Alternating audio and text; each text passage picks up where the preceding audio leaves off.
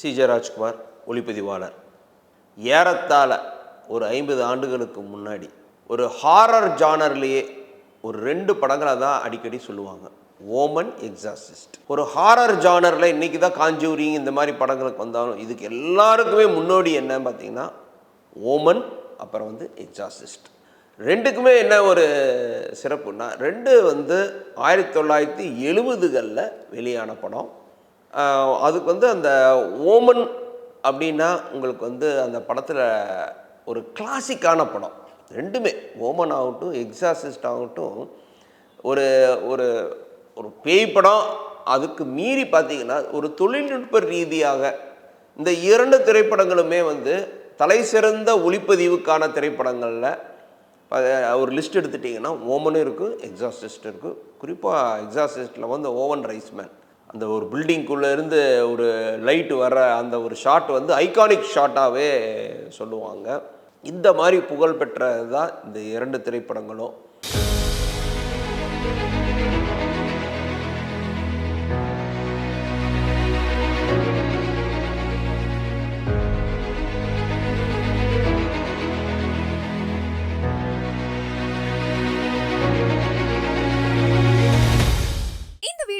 உங்களுக்கு வழங்குபவர்கள் பேசஸ் pay, secure digital payments with multiple features and great success rate. அதுக்கப்புறம் அந்த திரைப்படங்களை ஒட்டி நிறைய பாகங்கள் வெளியாச்சு.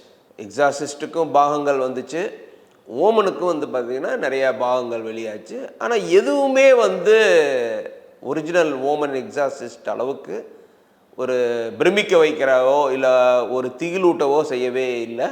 ஒரு எக்ஸ்பெக்டேஷனுக்கு குறைவாக இருந்தது. ஆனால் இதிலிருந்து இன்ஸ்பயர் ஆகி நிறைய திரைப்படங்கள் உருவாச்சு. உண்மையாகவும் ஒரு ஃப்ளட் கேட் ஓப்பன் பண்ணுச்சு அப்படின்னா இந்த இன்றைக்கி நம்ம காஞ்சூரிங், நன் இந்த மாதிரி திரைப்படங்கள்லாம் நம்ம பார்த்து ரசிக்கிறதுக்கு ஒரு முன்னோடி என்னென்னா ஓமனும் எக்ஸார்சிஸ்ட்டு தான்.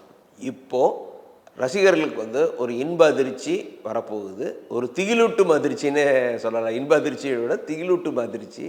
ஃபர்ஸ்ட் ஓமன் அப்படின்னு ஒரு திரைப்படம் உருவாகிருக்கு. இப்போ தான் அந்த திரைப்படம் அங்கே இருக்க ஒரு செலக்ட் ஆடியன்ஸ் ஹாலிவுட்டில் போட்டு காமிச்சிருக்கிறாங்க. அந்த பார்த்தவங்க அத்தனை பேருமே இதுவரை இப்படி ஒரு பேய் படத்தை நாங்கள் பார்த்ததே இல்லை அப்படின்ற அளவுக்கு சொல்லியிருக்கிறாங்க. ரொம்ப பயங்கரமாக எடுக்கப்பட்டிருக்கு அப்படின்னு சொல்லி சொல்கிறாங்க. இதனுடைய இயக்குனர் யார் அப்படின்னா அர்கான்சா ஸ்டீவன்சன், ஒரு பெண் இயக்குனர் தான். அவங்க என்னென்னா இந்த திரைப்படம் ஒரு ப்ரீக்வலாக உருவாக்கியிருக்கிறாங்க. இந்த ஓமன் முதல் பாகம் இல்லை, அந்த முதல் பாகத்துக்கு ஒரு சில ஆண்டுகளுக்கு முன்னாடி இந்த கதையை நடக்கிற மாதிரி இது ப்ரீக்வல்னு நம்ம சொல்லுவோம். அந்த ப்ரீக்வலாக தான் ஃபஸ்ட்டு ஓமன் இப்போ வெளியாக போகுது. இந்த படம் பற்றிய செய்திகள் என்ன சொல்கிறாங்கன்னா, ஒரு கதை ஒரு அமெரிக்காவிலிருந்து உங்களுக்கு ரோமுக்கு ஒரு நன் ஆகணும்னு ஒரு பெண்மணி ட்ராவல் பண்ணி போகிறாங்க. அங்கே போகும்போது அங்கே ஒரு சம்பவம், ஒரு பயங்கரமான ஒரு சம்பவம் நிகழ்ந்து ஜீசஸ் மேலே ஒரு நம்பிக்கை இழந்து ஒரு டெமனிக் பாதையில் கதை போகிற மாதிரியான ஒரு அமைப்பு இருக்கிறதா சொல்கிறாங்க. அதுதான் ஒரு அவுட்லைன் சொல்லி சொல்கிறாங்க. இந்த படம் என்னென்னா, இப்போ ஏப்ரல் 5ஆம் தேதி வெளிநாடுகளில் இந்த திரைப்படம் வெளியாகுது. இந்தியாவில் ரிலீஸ் டேட் கன்ஃபார்ம் ஆகலை. ஆனால் என்ன சொல்கிறாங்கன்னா, இந்த படத்தை பார்த்த சென்சார் போர்டு அதிகாரிகள் வெளிநாடுகளில் இருக்கிற அந்த ரேட்டிங், அங்கே சென்சார் போர்டு மாதிரி இல்லை, ஆனால் ஒரு படம் பார்த்திங்கன்னா ஒரு ரேட்டிங் கொடுப்பாங்க. இப்போ இந்த படம் என்னென்னா 5 முறை இந்த ரேட்டிங்காக அவங்க ரிஜெக்ட் பண்ணியிருக்கிறாங்க. அவங்களே பார்த்திங்கன்னா ஹாலிவுட்டில் இருக்கிற சென்சார் அதிகாரிகளே இந்த படத்தை பார்த்துட்டு அதிர்ச்சியாகி ரொம்ப திகிலூட்டக்கூடிய திரைப்படமாக அவங்க இதை பார்க்குறாங்க. அதனால் அவங்க என்ன பண்ணியிருக்கிறாங்கன்னா 5 முறை அந்த படத்துக்கு ரிவிஷன் பண்ணியிருக்கிறாங்க. படத்துடைய சில காட்சிகளை ரிமூவ் பண்ண சொல்லியிருக்கிறாங்க அந்த குறிப்பிட்ட ரேட்டிங்காக. அங்கே நீங்கள் ஒரு ஆர் ரேட்டிங், இது எப்படின்னா என்ஆர் 17 ரேட்டிங் அப்படின்ற ஒரு கேட்டகரிக்கே புஷ்ஷாக இருக்குது அப்படின்னு சொல்லி சொன்னாங்க. ஆர் ரேட்டிங் அப்படின்னு சொல்லுவாங்க. அந்த ஆர் ரேட்டிங் வந்துட்டாலே பார்த்தீங்கன்னா உங்களுக்கு குழந்தைகளோட அந்த திரைப்படங்களை நீங்கள் பார்க்க முடியாது. இது வந்து only for the matured audience தான் இந்த திரைப்படம். ஆனால் இந்த படம் வந்து என்னென்னா ரொம்ப ஒரு பீரியடில் ஒரு பீரியட் ஃபிலிம் மாதிரி தான் உருவாக்கியிருக்கிறாங்க. ஆனால் இதுவரை வந்த திரைப்படங்களில் இல்லாத அளவுக்கு ஷாக் எலமெண்ட்ஸ் வந்து இந்த படத்தில் கதைக்குள்ளேயே இருக்குதுன்னு சொல்கிறாங்க. ஏதோ வந்து சவுண்டு மூலமாகவோ விஷுவல் மூலமாகவோ பயமுறுத்தாமல் கதையுடைய அமைப்புக்குள்ளேயே ரொம்ப ரொம்ப ஒரு ஷாக்கிங் எலமெண்ட்ஸ் வந்து கொண்டு வந்திருக்கிறாங்க. எப்படி வந்து 70களில் வந்து ஓமன் வெளியாகும்போது அது உலகம் முழுவதும் ஒரு பேரதிர்ச்சிக்குள்ளாச்சுன்னே நம்ம சொல்லலாம்.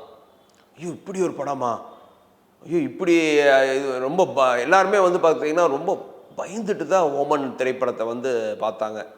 அதே மாதிரி ஓமன் வந்து என்னென்னா உங்களுக்கு வந்து அதில் பயமுறுத்துகிற விஷயங்கள் பல இருந்தாலும் கூட அதில் வந்து ஒரு அருமையான ஒரு சென்டிமெண்ட்டும் உங்களுக்கு வந்து உள்ளே இருக்கும்.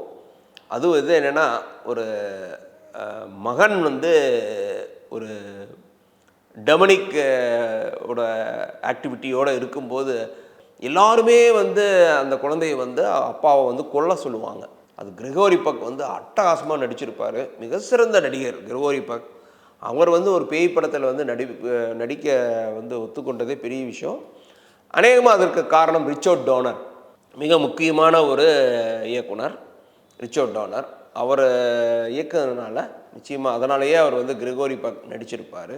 இப்போ வந்து ஃபர்ஸ்ட் ஓமன் திரைப்படம் என்ன மாதிரியான ஒரு திகிலூட்டும் ஹாரர் எக்ஸ்பீரியன்ஸை வந்து கொடுக்க போகுது ஆடியன்ஸ்க்குன்றது வந்து ரொம்ப ரொம்ப ஆர்வத்தோடு காத்துட்ருப்போம். ஏன்னா இதை பற்றிய ஒரு டெஸ்ட் ஆடியன்ஸுமாங்க. ஹாலிவுட்டில் வந்து என்னென்னா ஒரு திரைப்படம் முக்கியமான சில திரைப்படங்களுக்கு என்ன பண்ணுவாங்கன்னா அந்த திரைப்படம் வந்து தியேட்டருக்கு வர்றதுக்கு முன்னாடியே வந்து ஒரு டெஸ்ட் ஆடியன்ஸுக்கு வந்து இந்த படத்தை போட்டு காட்டுவாங்க. டெஸ்ட் ஆடியன்ஸ் எல்லாருமே வந்து இந்த படத்தை வந்து வியந்து போயிருக்கிறாங்க. ஒன்று வந்து அந்த கதையோடைய ஒரு ஹாரர் எலமெண்ட்டும், இன்னொன்று அந்த திகிலூட்டும் நரேட்டிவ் ஸ்ட்ரக்சரும் எல்லாமே வந்து இந்த படத்துக்கு வந்து ரொம்ப ஒரு பெரிய எதிர்பார்ப்பு. இப்போ தான் இந்த எதிர்பார்ப்பு வந்து பில்டப் ஆகிட்டுருக்கு. இப்போ நீங்கள் கூகுள் போய் ஃபர்ஸ்ட் ஓமன் அப்படின்னு போட்டாலே போதும் ஏகப்பட்ட செய்திகள் வந்து இப்போ ஏன்னா போன மாதம் வந்து பார்த்திங்கன்னா இதை பற்றி யாருமே பேசலை. இப்படி ஒரு திரைப்படம் உருவாயிருக்கு அப்படின்றது கூட யாருக்குமே தெரியாது. இது வந்து ரொம்ப ஒரு 2 ஆண்டு கோவிடுக்கு முன்னாடி துவங்கப்பட்ட படம் தான் இது. ஆனால் சில காரணங்களால் அது தள்ளி போய் இப்போ தான் நிறைவடைஞ்சிருக்கு. ஆனால் நிறைவடைந்து ரிலீஸ்க்கு ரெடியாகி ஒரே ஒரு ஷோ தான் போட்டிருக்கிறாங்க. அந்த ஷோவோடைய இம்பேக்டே வந்து என்ன அப்படின்னு பார்த்தீங்கன்னா இது வந்து ஒரு நியூஸ் மேக்கர் ஆயிடுச்சு. இந்த திரைப்படம் வந்து ஒரு நியூஸ் மேக்கர் ஆயிடுச்சு.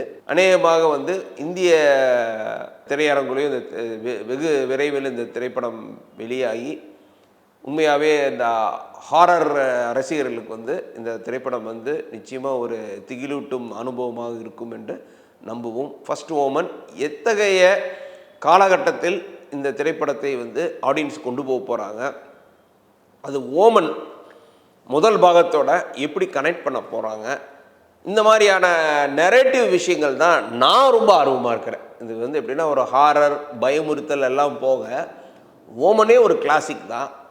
அந்த கிளாசிக் வந்து எப்படி இந்த கதையை வந்து ஒரு ப்ரீக்கலாக உருவாக்கி அந்த கதையை எப்படி இது கூட வந்து இணைக்கிறாங்க அப்படின்றதில் வந்து ஒரு சினிமா ஒரு ரெகுலராக பார்க்குற ஒரு ஆர்வலராகவும், அதே போல் வந்து திரைக்கதை அமைப்பு வந்து எப்படி வந்து அமைச்சிருக்கிறாங்க அப்படின்றது வந்து நான் மிகவும் ஆவலோடு இருக்கிறேன். இந்த திரைப்படம் வெளியானதுக்கப்புறம் மீண்டும் வந்து இந்த OH சினிமா சேனல்லையே இதை பற்றி விரிவாக நாம் வந்து இதை பற்றி அலசுவோம். இந்த வீடியோ உங்களுக்கு பிடிச்சிருந்தா லைக் பண்ணுங்க, ஷேர் பண்ணுங்க, கமெண்ட் பண்ணுங்க. மறக்காம OH சினிமா சேனலுக்கு சப்ஸ்கிரைப் பண்ணுங்க.